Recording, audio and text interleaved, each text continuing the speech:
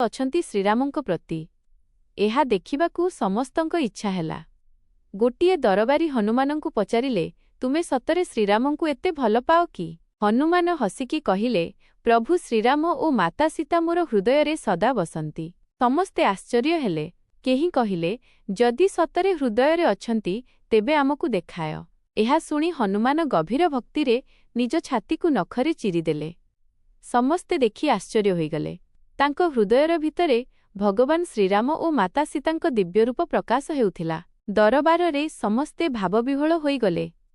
ଭଗବାନ ଶ୍ରୀରାମ ଆଗକୁ ଆସି ହନୁମାନଙ୍କୁ ଆଲିଙ୍ଗନ କଲେ ଏବଂ କହିଲେ, ହନୁମାନ, ତୁମର ଭକ୍ତି ସଂସାରରେ ସବୁଠାରୁ ଶ୍ରେଷ୍ଠ।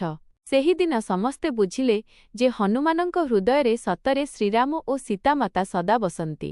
ଏହି କଥା ଆମକୁ ଶିଖାଏ, ସତ୍ୟ ଭକ୍ତି ମାନେ ଭଗବାନଙ୍କୁ ନିଜ ହୃଦୟରେ ବସାଇବା। ହନୁମାନଙ୍କ ଭକ୍ତି ଲାଗି ଲାଇକ୍, ସେୟାର, ସବସ୍କ୍ରାଇବ, କମେଣ୍ଟ କାର୍ଡୁ ଡୋଷ୍ଟୋ।